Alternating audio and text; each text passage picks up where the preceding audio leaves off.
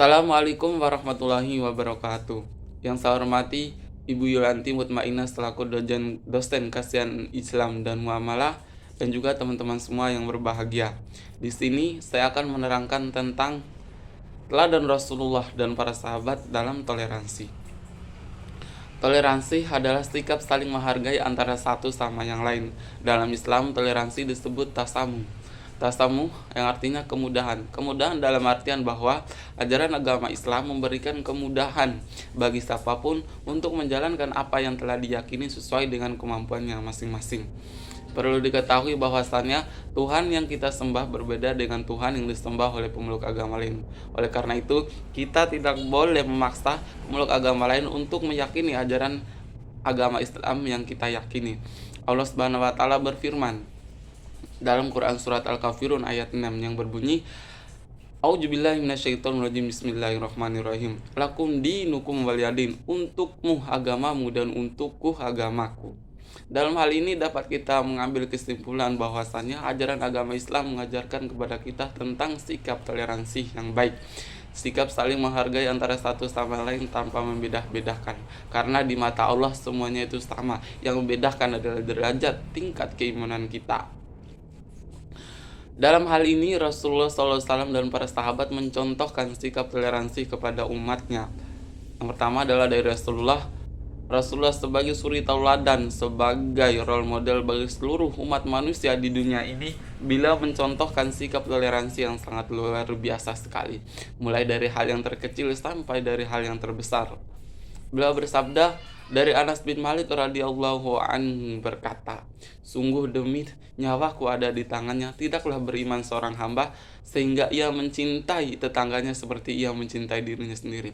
Rasulullah mengajarkan kepada kita tentang sikap toleransi dari hal yang terkecil sampai hal yang terbesar.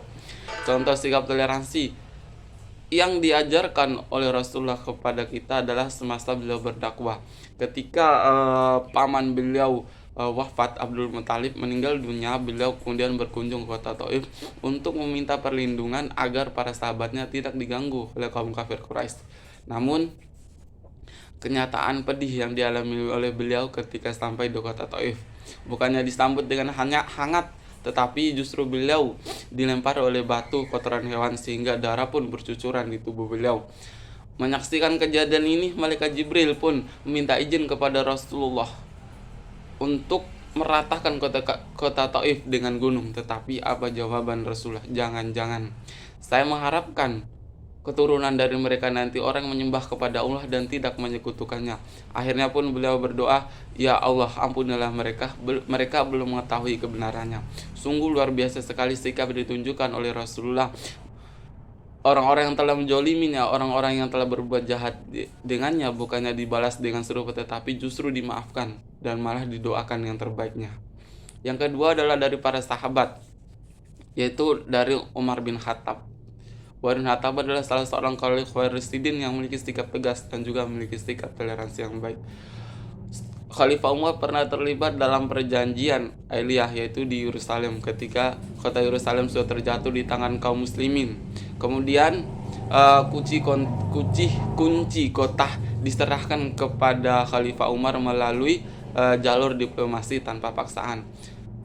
Khalifah Umar sangat mengapresiasi sikap yang diambil oleh pemuka Kristen Ortodoks di Yerusalem. Untuk mengapresiasi sikap dari mereka, akhirnya Khalifah Umar menawarkan perjanjian yang dimana dalam perjanjian tersebut semua hak dari umat-umat Kristen Ortodoks akan tetap terjamin dan akan dijamin hidup berdampingan dengan kaum muslimin. Justru akan dijamin keamanannya. Ada kejadian unik yang terjadi ketika perjanjian ini berlangsung, di mana ketika waktu sholat datang, akhirnya Umar mengatakan kepada pemuka Kristen Ortodoks, di mana tempat ia sholat, di mana ia tempat bisa melaksanakan sholat. Akhirnya pemuka Kristen Ortodoks ini menyarankan agar Umar sholat di dalam gereja, tetapi Khalifah Umar menolaknya dengan halus. Kemudian dia keluar dari gereja, sholat di tangga. Setelah sholat, dia menjelaskan bahwasannya kenapa ia tidak mau sholat di dalam gereja, karena gereja adalah tempat suci dan tempat ibadah bagi umat Kristen Ortodoks, dan ia tidak mau nanti pasukan muslimin salah menafsirkan bahwasannya gereja boleh ditaklukkan dengan landasan bahwasannya ia pernah sholat di dalam gereja kemudian dijadikan masjid. Akhirnya pemuka Kristen Ortodok ini sangat terharu sekali dengan sikap dan kewibawaan yang ditunjukkan oleh Khalifah Umar. Ini adalah salah satu sikap toleransi yang ditunjukkan oleh Khalifah Umar yang sangat luar biasa sekali dan patut kita contohkan dan teladani pada saat ini. Mungkin itu saja dari saya, lebih dan kurangnya mohon maaf. Billahi fi sabilil haq fastabiqul khairat. Wassalamualaikum warahmatullahi wabarakatuh.